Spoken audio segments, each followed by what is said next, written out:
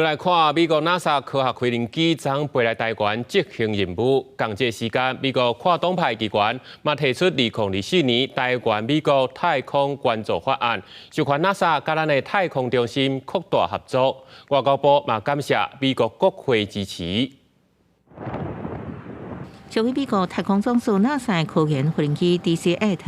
18个出现伫屏东的空中，甲环境部合作执行空品观测任务。这摆高频3D 空品实验，结合 NASA 甲台湾气象署等单位，动员超过200人进行连续48点钟的密集观测。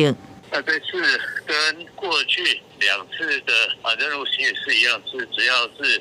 来监测空气相关的资料。这时阵，美国众议员希尔卡拉维奥·施密特甲民主党参议员达克沃斯13提出以控制属台湾美国太空援助法案，授权 NASA 甲美国国家海洋甲大气总署甲台湾国家太空中心扩大合作，提升台湾太空能力。提案议员指出， NASA 因为美国一中政策无权甲台湾的国家太空中心合作，这项法案望打破现况，来向中国展现美台共同合作的实力，甲美国也有科学友伴合作的承诺。我们也是表示欢迎和感谢。那外交部之后也会继续跟我们政府的相关单位，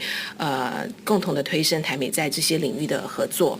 美国强化甲台湾合作，美国国务卿布林肯13甲捷克外长利帕夫斯基举行电话会谈，议题较表双边伫支持台湾有积极参加国际场合方面进行更加亲切的合作。外交部也表示感谢，也甲美国捷克协调合作，促进深化台湾的国际空间。记者综合报道。